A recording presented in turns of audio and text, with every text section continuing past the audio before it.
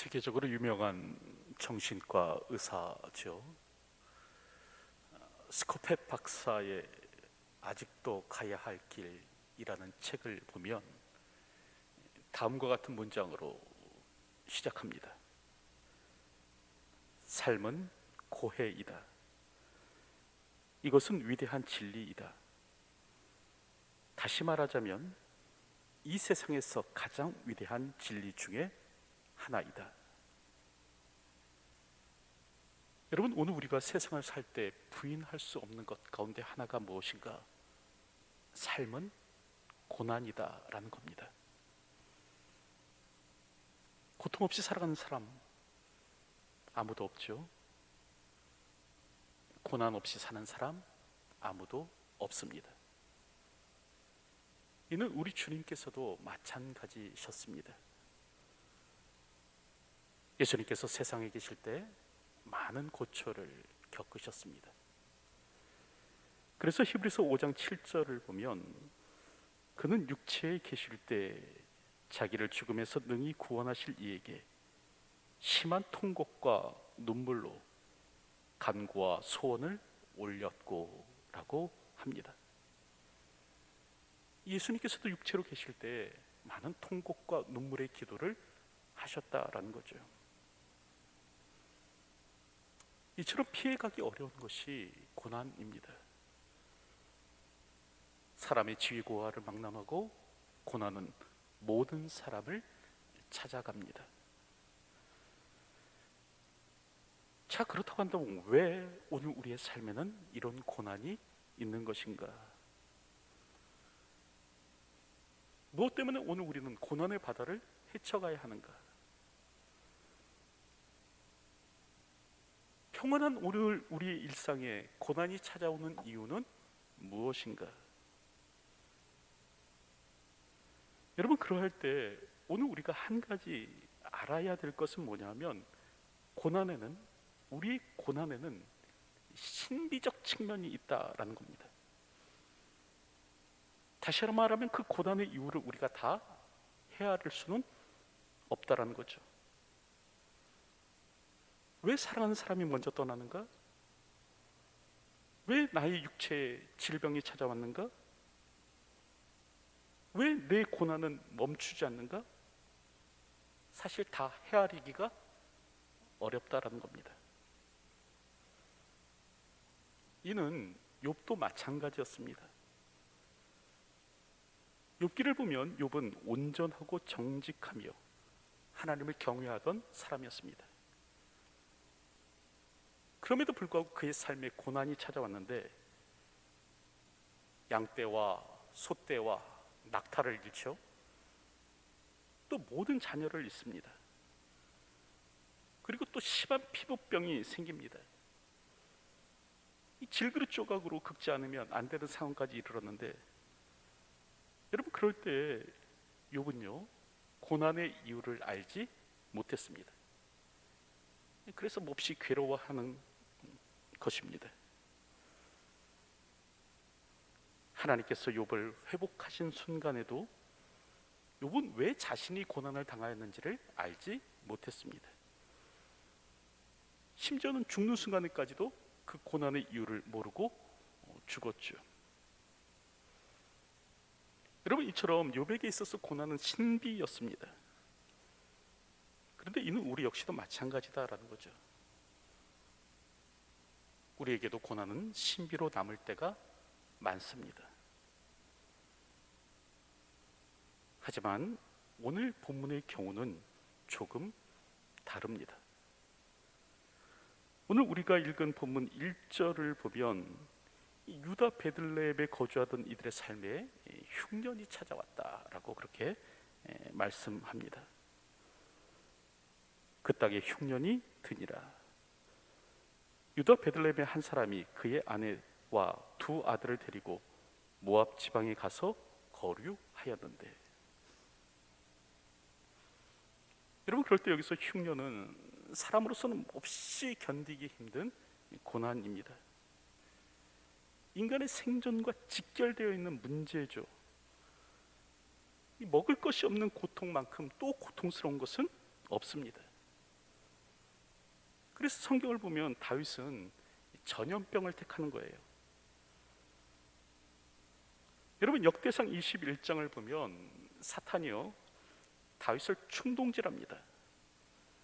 싸움에 나갈 만한 자를 계수하도록 이렇게 부추기는데, 그때 이제 요압은 이 같은 일이 하나님께 대한 범죄가 될 수 있음을 경고합니다. 하지만 다윗은 말을 듣지 않고 결국 이 모병조사, 이 싸움에 나갈 만한 사람의 숫자를 계수합니다. 하나님께서는 이스라엘을 치시죠. 이때 다윗은 빨리 회개합니다. 다윗이 하나님께 이르되 내가 이 일을 행함으로 큰 죄를 범하였나이다. 이제 간구하옵나니 종의 죄를 용서하여 주옵소서. 내가 심히 미련하게 행하였나이다. 여러분, 그럴 때 하나님께서는 다윗에게 선택권을 주십니다.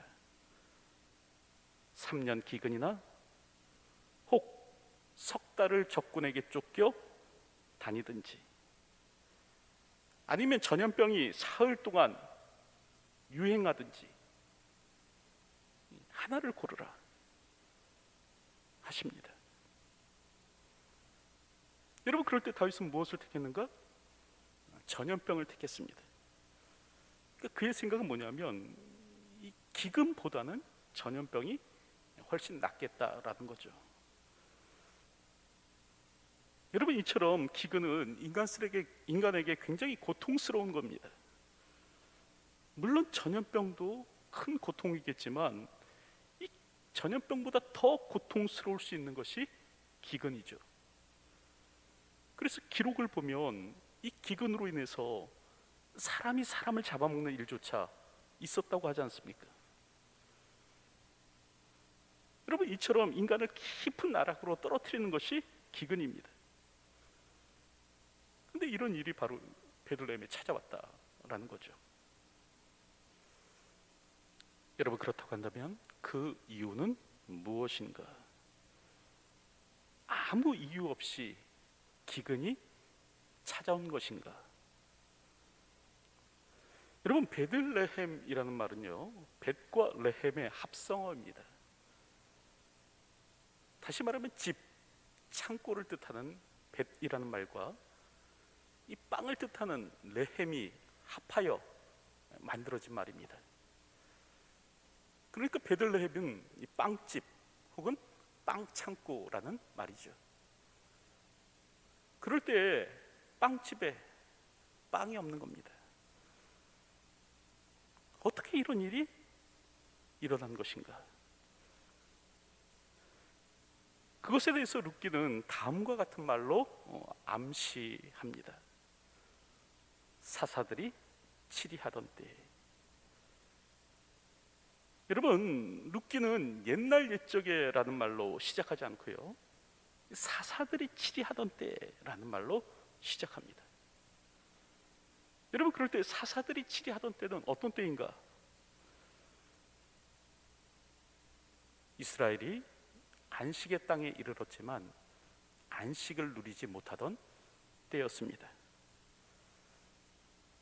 이스라엘은 하나님의 극적인 도우심을 힘입어 출애굽하죠. 그리고 여러 우여곡절을 거쳤지만 끝내 약속의 땅에 들어갑니다. 여호수아의 지도 아래 땅을 정복하고 차지하게 되는데, 드디어 하나님께서 말씀하신 대로 젖과 꿀이 흐르는 땅에 살게 된 겁니다. 그런데 사사기를 보면 이처럼 이스라엘 백성이 약속의 땅에 이르렀지만 안식을 누리지 못하였더라라고 그렇게 말씀합니다. 끊임없는 전쟁이 있었고요, 이방의 압제가 있었습니다. 이 까닭이 무엇인가? 왜 저들은 안식의 땅에 이르렀지만 안식할 수 없었는가?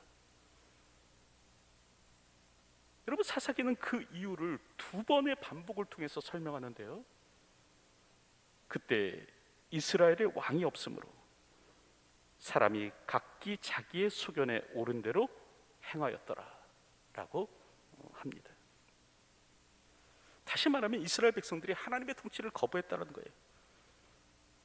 하나님께서 저들의 왕이 되심에도 불구하고 이를 인정치 않았다는 겁니다. 그리고 저마다 각자의 소견에 오른 대로 행하였다라는 거죠. 여러분, 그럴 때 어떤 일이 일어났는가? 저들이 안식의 땅에 이르렀지만 안식치 못하였다라는 겁니다. 심지어는 빵집에 빵이 떨어지는 일이 일어난 것이죠. 바로 이와 같은 일, 젖과 꿀이 흐르는 땅에 흉년이 찾아오는 까닭은 뭐냐면 이스라엘의 죄 때문이었습니다. 여러분, 이처럼 인간의 고난에는 신비적 측면이 있습니다. 오늘 우리가 그 고난의 원인을 다 헤아리기 어렵지만, 그럼에도 분명한 것은 뭐냐면 우리 삶에 찾아오는 여러 고난 가운데 상당수는 우리의 죄로 말미암아 인한 것이다 라는 겁니다. 우리가 겪는 모든 고난이 죄 때문에 일어나는 것은 아니지만, 그럼에도 상당수의 고난이 우리의 죄로 말미암아 일어난다는 거예요. 그래서 이 시대의 최고의 기독교 변증가로 불렸던 C.S. 루이스가 여러분 그런 말을 합니다.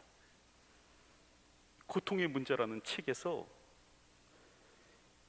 인간이 겪는 고통의 5분의 4는 인간의 탐욕 내지는 어리석음 때문에 생기는 것이다.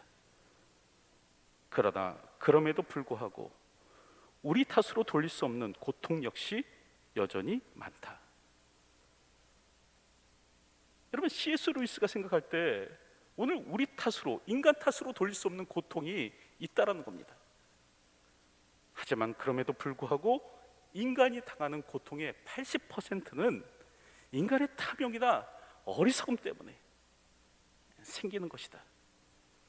그렇게 말을 했습니다. 여러분, 그러므로 오늘 우리는 고난 당할 때 이때를 무심히 지나가서는 안 됩니다. 이 불현듯 찾아오는 고난이 있다고 한다면 이것을 그냥 이상히만 여기고 그냥 이 고난을 흘려보내서는 안 된다는 거예요. 오늘 우리 삶에 고난이 찾아오면 오늘 우리는 지나간 삶을 돌아볼 수 있어야 됩니다. 하나님 앞에서 나의 불신앙은 없는지 살피고, 죄가 있다면 돌이키고 회개할 수 있어야 하는 것이죠. 근데 오늘 본문을 보면 이 베들레헴의 이 한 가족은 이렇게 하지 않습니다. 아무런 신앙적 성찰 없이 가장 쉬운 방법으로 문제를 해결하려고 합니다. 다시 말하면 흉년이 찾아오자 이 약속의 땅을 떠나는 것으로 문제를 해결하고 하더라라는 거죠.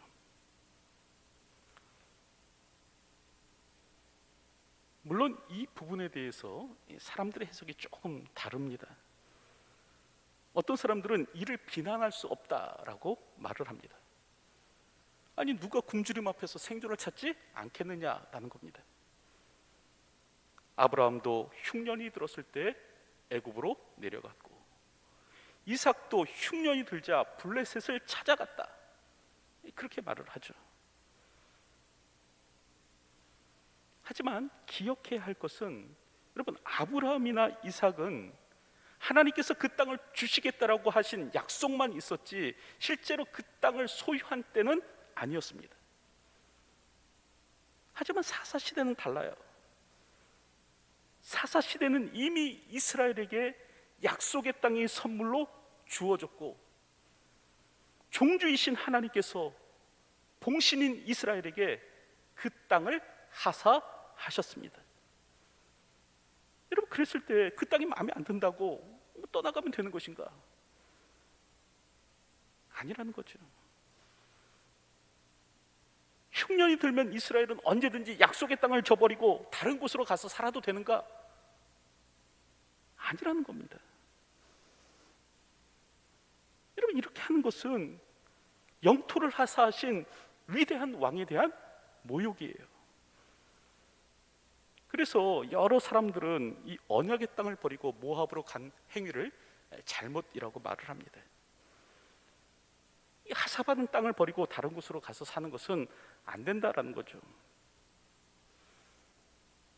근데 오늘 본문을 보면 이 베들레헴의 한 가족이 이 같은 일을 하더라는 겁니다.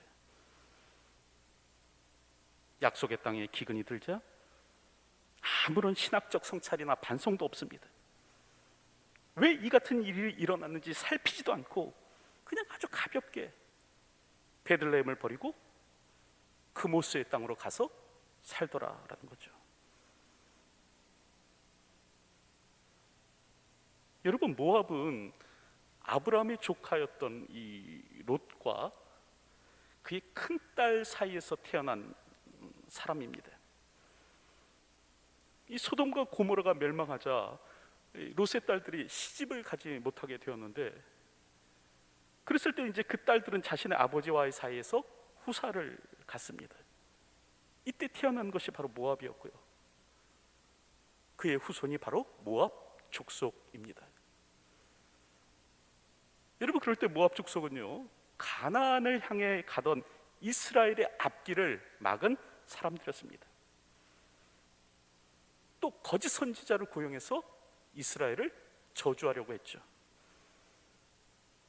또 모압의 여인들은 이스라엘의 남자들을 유혹해서 행음토록 했습니다.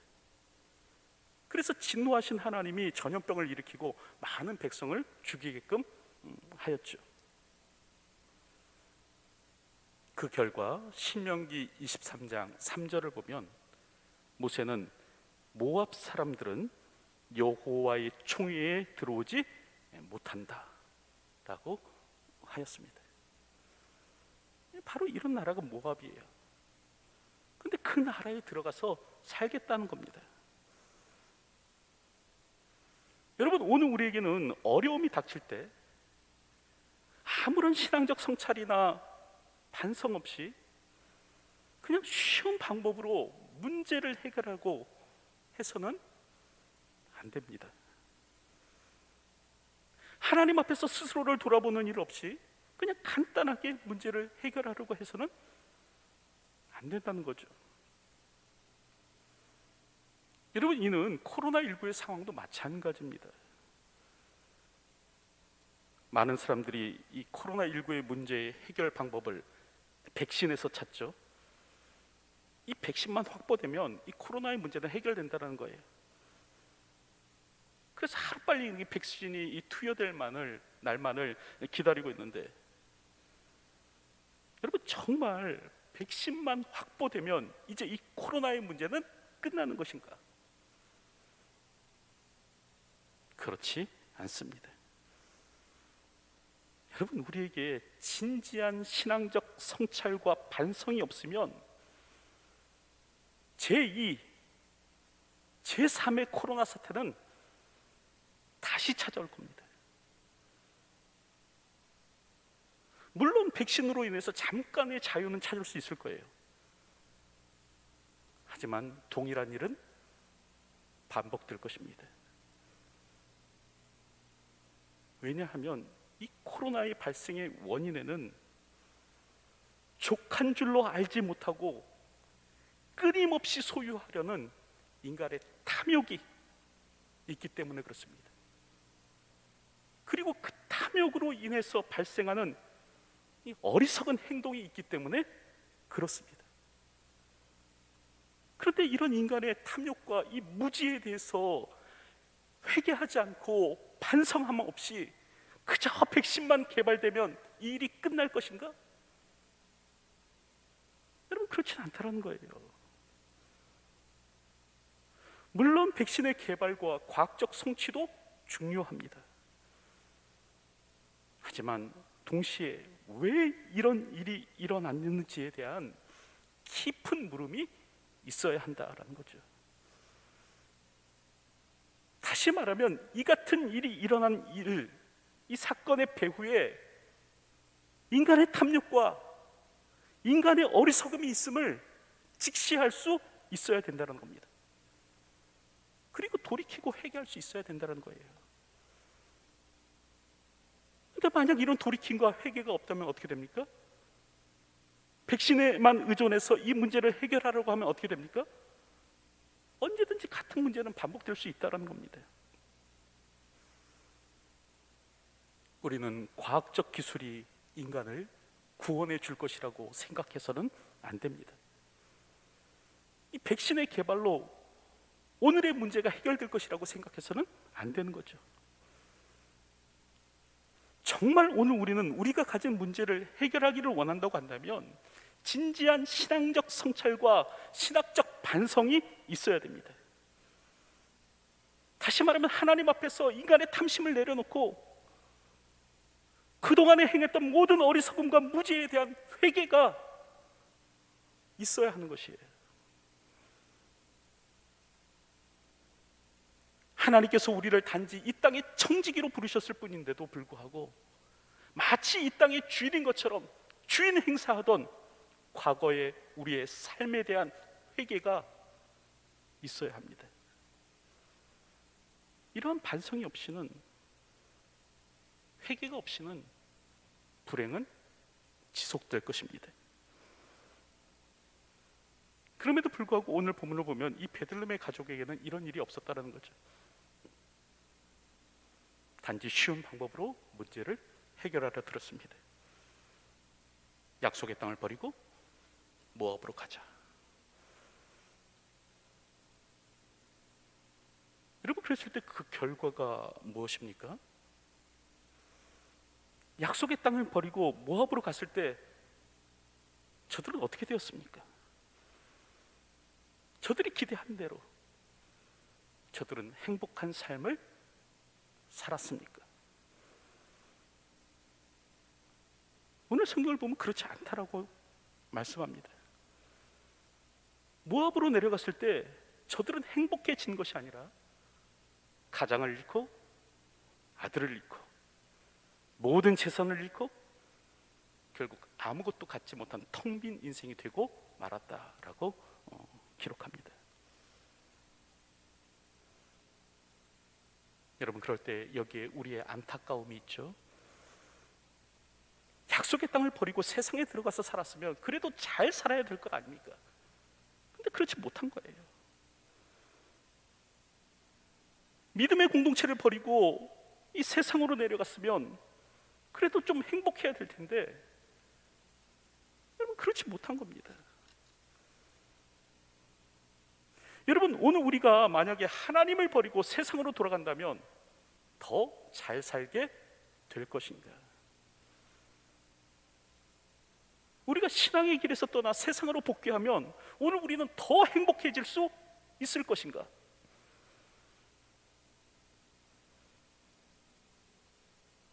여러분, 그렇지 않죠? 이 땅에 많은 사람들이 고백하는 바가 뭡니까? 화려한 복귀를 꿈꾸면서 결국 세상으로 돌아갔지만 더 크게 망하고 말았더라. 세상으로 돌아가면 더 잘 살 수 있을 것으로 생각했지만 결국 하나도 남김없이 빈손으로 돌아오게 되었더라. 우리가 세상으로 돌아간다고 세상은 오늘 우리를 환영해 줄 것인가? 우리가 세상으로 돌아간다면 세상은 친절하게 우리를 맞아줄 것인가? 오늘 우리가 믿음의 공동체를 떠나서 세상으로 복귀하면 세상은 아낌없이 자신의 가진 것을 우리에게 줄 것인가?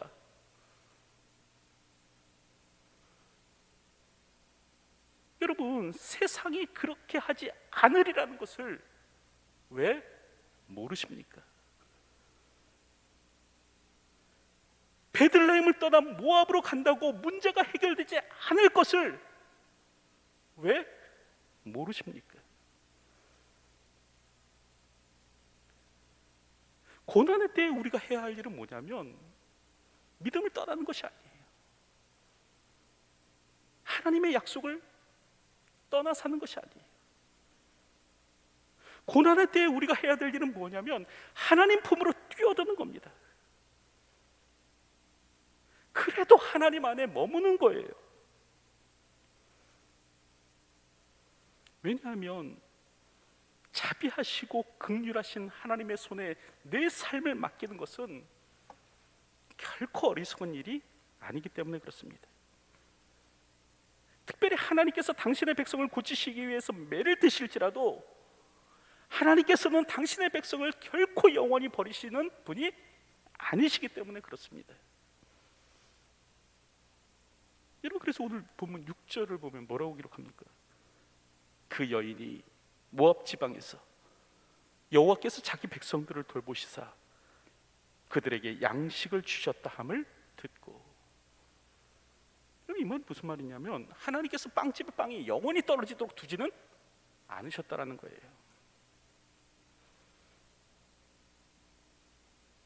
하나님께서 인생의 채찍으로 우리를 징계하실 때 우리가 해야 할 일은 무엇인가? 더욱 그 품 안으로 파고드는 것입니다. 하나님께서 우리의 잘못으로 말미암아 인생의 회초리를 들고 계실 때 그때 우리가 해야 될 일은 뭐냐면 나 살겠다고 하나님을 떠나 사는 것이 아니라 하나님 품 안으로 더욱 뛰어드는 것입니다. 회초리가 싫다고, 회초리가 무섭다고 집을 나가면 여러분 거짓골 면치 못하는 거죠.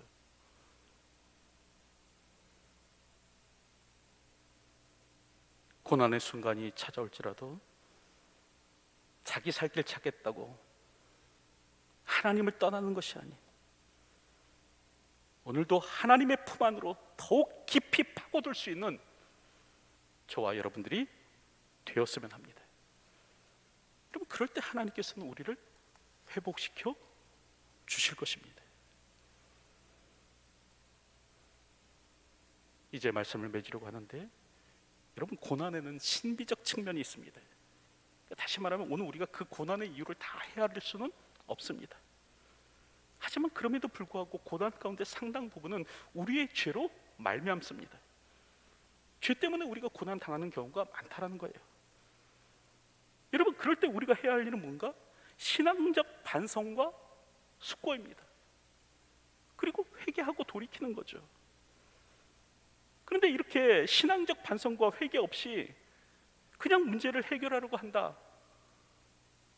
여러분, 고통만 반복될 뿐입니다. 오늘 우리는 특별히 하나님 안에서 문제를 해결할 수 있어야 됩니다. 하나님께서 특별히 오늘 우리의 죄로 말미암아 인생의 채찍과 회초리를 들고 계실 때 그때 오늘 우리가 해야 될 일은 뭐냐면 하나님의 품 안으로 턱 파고 들어가는 겁니다. 하나님으로부터 달아나는 것이 아니라 하나님의 품 안으로 뛰어드는 것이죠. 그럴 때 오늘 우리는 자비로우시며 은혜로우시며 인자가 한이 없으신 하나님의 인애를 체험하게 되더라라는 거죠. 오늘도 이와 같은 삶을 사셨으면 합니다. 고난이 있을지라도 자신을 돌아보며 더욱 하나님의 품 안에 머물기를 소원하는 저와 여러분의 삶이 되시기를 주님의 이름으로 축원드립니다. 기도하겠습니다. 때때로 우리의 삶 가운데 찾아오는 고난 가운데 우리의 자신을 돌아볼 수 있는 믿음을 허락하여 주시고 오늘 우리 안에 있는 잘못과 불신앙이 있다면 회개하고 돌이킬 수 있는 저희가 되게 하여 주시기를 소원합니다.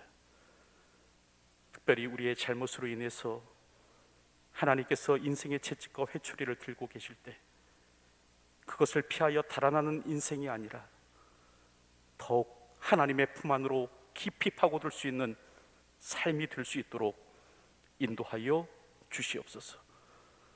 하나님의 자비하심에 하나님의 은혜로우심에 하나님의 인자하심에 우리의 소망이 있음을 기억하며 오늘도 하나님의 인애를 기대어 사는 저희의 삶이 되게 하여 주시옵소서. 예수님의 이름으로 기도하옵나이다. 아멘.